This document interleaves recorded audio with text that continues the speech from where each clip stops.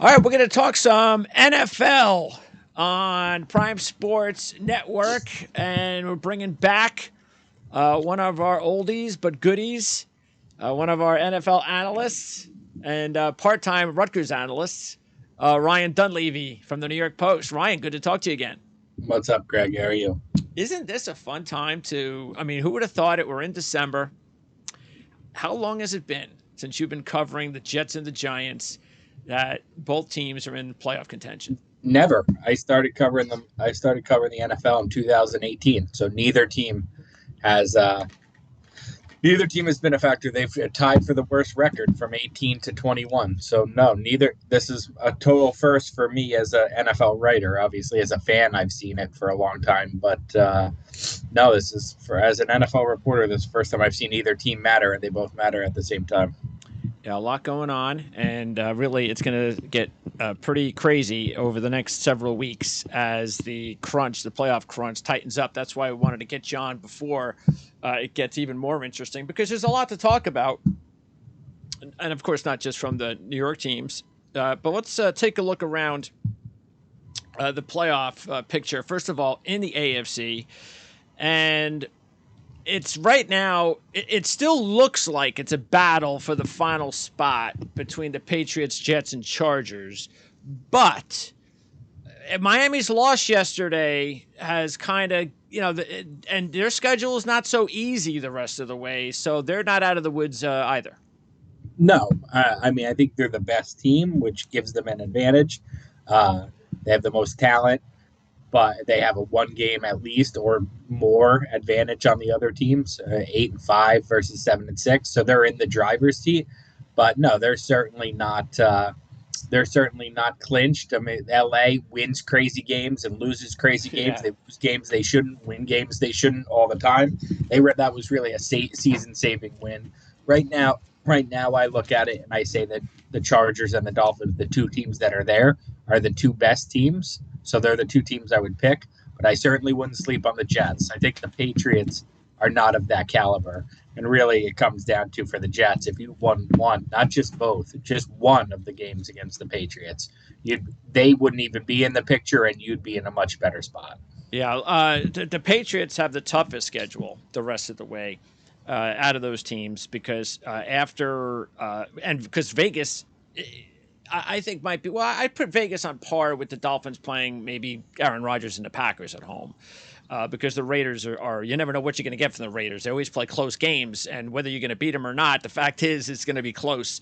But Cincinnati, Miami, and Buffalo after on the road with the Raiders, that's pretty tough for New England. And Miami has Buffalo, of course, on Saturday night. And after they host Green Bay, they end with the Patriots and the Jets. Now, the Jets, a month ago, looked and they went, wow, we got Detroit and Jacksonville. It's our last two home games. So that's the two games that you have to check mark if you're going to be a playoff team, which, by the way, it still is. But now, it's not just a check mark. It's a whole, this isn't so easy now. Now we have to actually play two teams that are not only playing their best football of the season, but two teams who actually are still in the playoff hunt themselves. If you ask me right now, three teams I thought were dead in September that are now suddenly alive. If you ask me that question, who are three teams you wrote off that suddenly have something to play for? The three teams would be Jacksonville, Detroit, and Washington. And sure enough, the Giants play Washington, the Jets play Detroit, and the Jets play Jacksonville. So those three teams will face New York teams in the next. There'll be three games in the next 5 days against those teams. So yeah, it's crazy. It's crazy how. That's why I don't believe in the win-loss game before the season, because you just can never tell. And we talked about this. It was like in our season preview show, we kind of just brushed up on it a little bit when we said, look, in the past, you used to be able. I mean, it was really hard if you started like 0-3 or 1-4 or 1-3, whatever it was. I mean, your mathematical chances were so bad of making the postseason. But with the extra game, it was like, I wonder if a team starts 1-5 or 0-4, if we're going to have one of those teams that might be able, and we're seeing it with the Detroit Lions. And all of a sudden, where they start 1-6, and they actually have a legitimate chance, even if they lose to the Jets and win out, they still have a legitimate chance to make the postseason. If they get to 9 wins, it could very well be them because they have the tiebreaker. Well, the tiebreaker really doesn't count against the Giants, but they have it over Washington, right? So yeah, that was a killer. That tie was a killer for the Lions because they had the tiebreaker on both Washington and the Giants, and now that tiebreaker means nothing. correct. Yep. Yeah. That's why I don't blame Daboll for punting on 4th and 3 when people went nuts about him punting on 4th and 3, even playing for the tie. That's right. Yep. And I didn't even realize it because I was watching the game, not even thinking about, mathematical playoff stuff. And I was just watching this game in overtime going, both of these coaches seem to be playing like a tie is okay. They're okay with a tie. And then it didn't, I didn't realize it until I started looking over the playoff picture and realized, yeah, okay, that's why they were okay with a tie. So it is what it is. Early on in the season, you go for the win. You don't thinking about the playoffs in September or October. That's why these staffs have analytics guys, Greg, so they could ask them in that exact moment, what does a tie do for us versus what does a win do for us? All right, so what's the stick in the AFC? And Baltimore, Lamar Jackson's having some injury issues. I don't know how much longer. Even when Lamar was playing, he wasn't 100%. So getting him 100% is crucial. They can't do much without him 100%. They could still get to the playoffs and such, but the Bengals have been on such a tear since that early season struggle with the offensive line issues. We talked about it in early part of the season. It was just amazing how bad their line was, but they are once again looking like one of the top teams in the AFC. Yeah, for sure. I mean, it's funny. I wrote this the other day for the Post. You were in my head when I was writing it. Is you harp on that Super Bowl losers curse. Are you sure the Rams won the Super Bowl and didn't lose it? Because it sure looks like they were the Super Bowl loser with the luck and the struggles that they've had, and the Bengals look like a team on a mission. I think the bottom line is that Joe Burrow, and he proved it a little bit last year, and he's proven it again. He's just a special quarterback. That's it. He's the Patrick Mahomes type where that kind of historical trend ain't working on someone like Joe Burrow or Patrick Mahomes because they're just too good.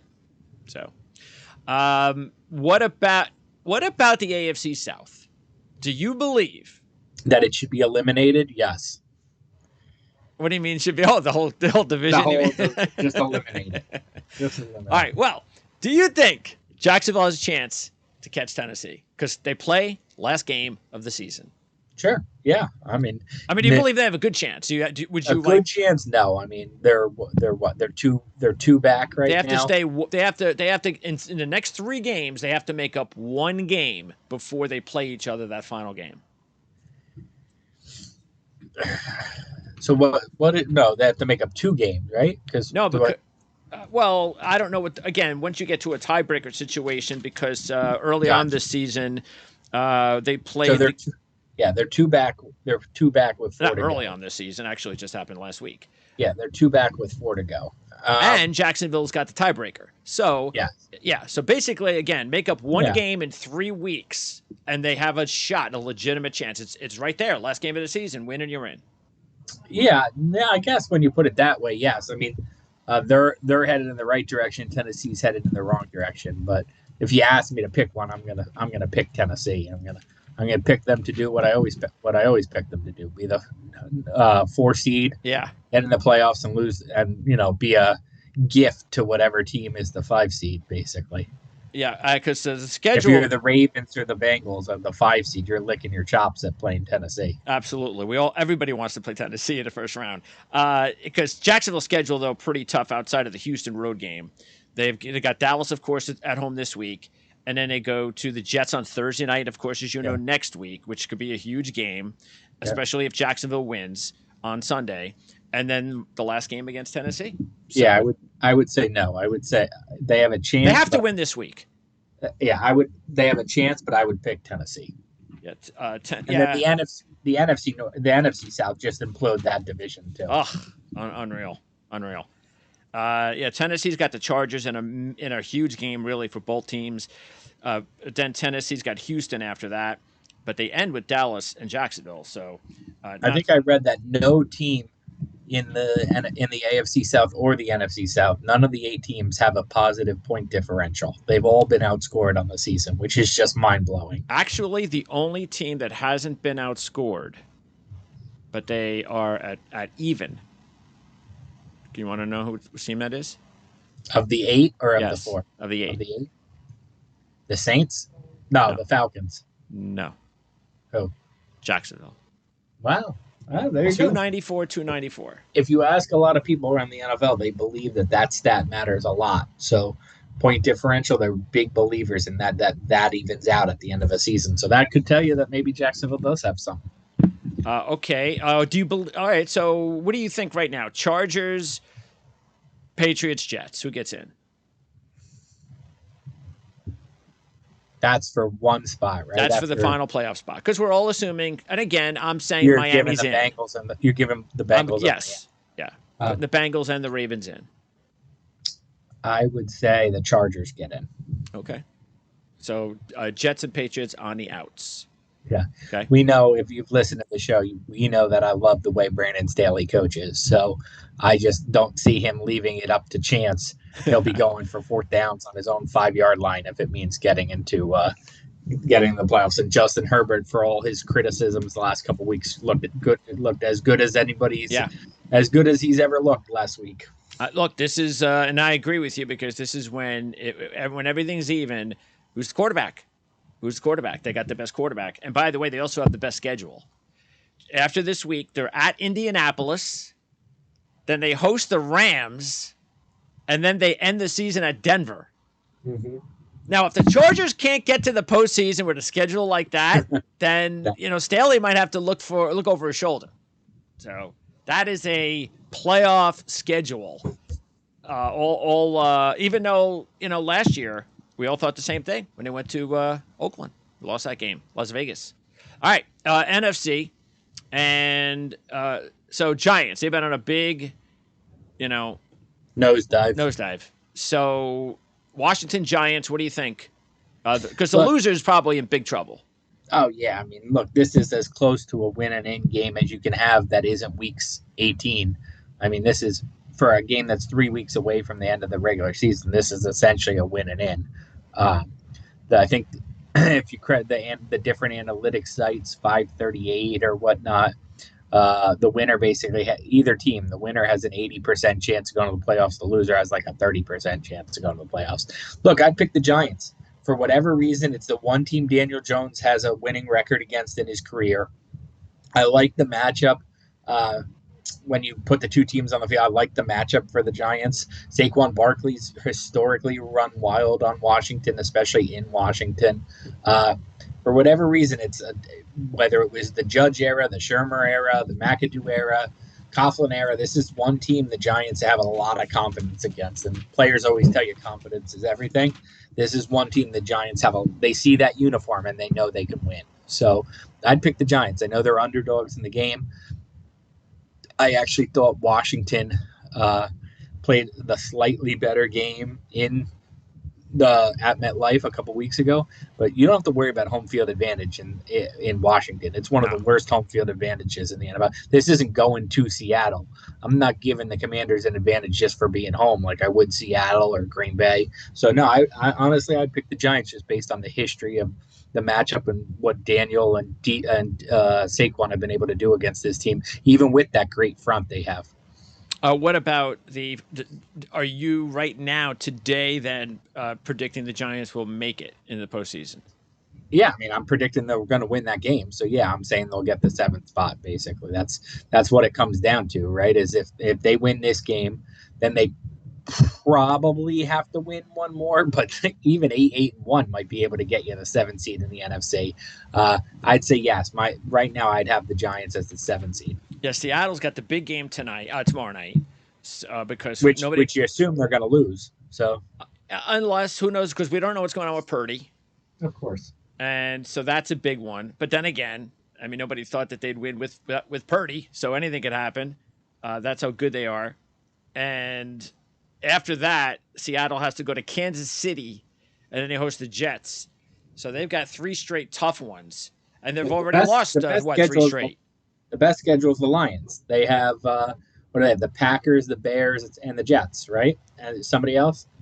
Yeah, let's see. Detroit after that's what. Yes, the Lions have an easy schedule, which is my point of. Even if they lose this week, they win their last three against Carolina, Chicago, and Green Bay. Then they're in good shape. Seattle, meanwhile, has lost 3 out of 4. They had that big win against the Rams. I mean, if they would have lost that, they might be on a 4-game losing streak. They just can't win without Kenneth Walker. That's just the bottom line. I mean, they just have no running game. It's honestly, it's not crazy to think that the Giants are the 7th seed and Detroit is the 6th seed. Could happen. And Washington and Seattle are out. Absolutely. So that's probably where I lean right now, even though both the Giants and both the Giants and the Lions are probably the two betters least likely, I think they would both be my picks right now. Vegas really, speaking of Vegas really likes Detroit. Detroit was the favorite last week when nobody thought that they should be. And they are a pick 'em at the Jets this week. And the Jets have a better record and are playing in a better conference and are playing at home. Yeah. So they like Detroit. So Jared Goff doesn't get enough credit. He's had a very good year. Jameson Williams back, Aiden Hutchinson's playing tremendous. Look, the Lions defense is still a black eye, basically. They're still the second to last in the NFL in yards and points allowed, but even they've been a little better recently. Yeah, they've been better. Yeah. So. They had injuries early on that kind of hurt them. They're getting players healthy. And Aaron Glenn, he was a former Jet. He was under a lot of not just Campbell, but Glenn. They were both in trouble early on in the season. Vote of confidence, all that stuff. But it just shows you, especially nowadays in the NFL, I would just say, I should keep saying it every year, between free agency and how long it takes these guys to get acclimated with each other, the limited practices, the longer season. I just think, you have to be patient. Just look at the Raiders. They were left for dead early. They made a run, and then they blew it against Baker Mayfield and the Rams. They had everything staring right in front of them as far as an outside chance, now looking even like, hey, maybe we could do this. And then they lost to the Rams and Baker Mayfield. Yeah, that's what happens when you leave no margin for error. Yeah. Meanwhile, you talk about that South and the NFC. Who do you think is going to win it? You got to pick the quarterback, right? You got to pick Tom Brady. Look, they're not going very far. That's what I can tell you. They're one and done. Well, even with Tom Brady, they're not going very far. You can see it now. It'll be January 11th, and every national outlet, us included, at the Post, will have stories about, the team you don't want to face is the Bucs with Tom Brady. Here's the truth. The truth is the Bucs are not very good, and Tom Brady must, whether he forced Bruce Arians out or whether Bruce Arians left Tom Brady, however you believe that played out, Brady must rue that day, because Todd Bowles is pretty much what Todd Bowles was with the Jets, and a good defensive play caller who struggles as a head coach. And really, the Brady doesn't have years to waste at 45, and this just has the feel of a wasted season. They'll win the division probably because the other teams can't get out of their way, but they're not going very far. This feels like Brady's last year in New England, where you knew they weren't going to go very far in the playoffs, and they lost to the Titans at home. That's what this feels like, and it'll probably be his last year in Tampa, symmetrically. By the way, Tampa, the odds say that Tampa's supposed to lose this week and Carolina's supposed to win. I only bring that up because if that does happen, both teams would be tied for first place, and they will play each other in a couple of weeks, and Carolina has already beaten Tampa Bay. And you know what? I'm actually happy for Sam Darnold. I'm happy that he was given this opportunity again. This is not a good team. We know that. But it's just, if he's been so battered and he's had so many bad things happen to him and the injuries, I kind of feel happy that he's going to get a chance. And let's see whether or not he can help this team, win a big game. I don't know if he can do it, but, he's going to get a chance. It is ironic that the Jets and the Panthers are both on their third starting quarterbacks of the season, trying to chase down playoff spots. Yeah. I got to tell you, the last week or two. I mean, I have to be on the social message boards because, I am a YouTuber now. So I have to do it. I have to do it for marketing reasons. I have to do it to get involved. I just the civil war going on in the Jet community with Zach Wilson and Mike White. Sad. It's just sad. It's like now all I just keep referencing back to these guys is, dude, man, your team is 7-6. Yeah. Did you ever think that this would enjoy it? Why Yeah. are you trashing one of those guys? I don't, it is what it is, but it's crazy. No, if Jet fans would have thought they'd be 7-6 at this point, I don't think they would have been. They would have been in a coma. A Giants fan. And a Giants fan, yeah. At least the Giant fans. I mean, what are they the most upset about this season, Giant fans? Yeah, well, I mean, the thing that they're worried about that they shouldn't be right now is the futures of Daniel Jones and Saquon Barkley. Who's going to get franchise tag? Do they let one go? Do they re-sign Barkley, a running back, big money, et cetera, all those injury concerns? Barkley, Jones, do they tag him? Do they give him a big extension? Do they start over a quarterback? It's like, hey, man, worry about those January 15th. Like, you've got a playoff race to watch for once in your lives. I haven't written a single draft story, and it's December 14th. Yeah. Usually by December, my first draft story usually comes out Halloween. Right. So yeah, enjoy. That's what they're worried about now. Enjoy it. I mean, we're past the point of them thinking Kenny Golladay is going to make any kind of impact. Yeah. So that's past. Kadarius is traded.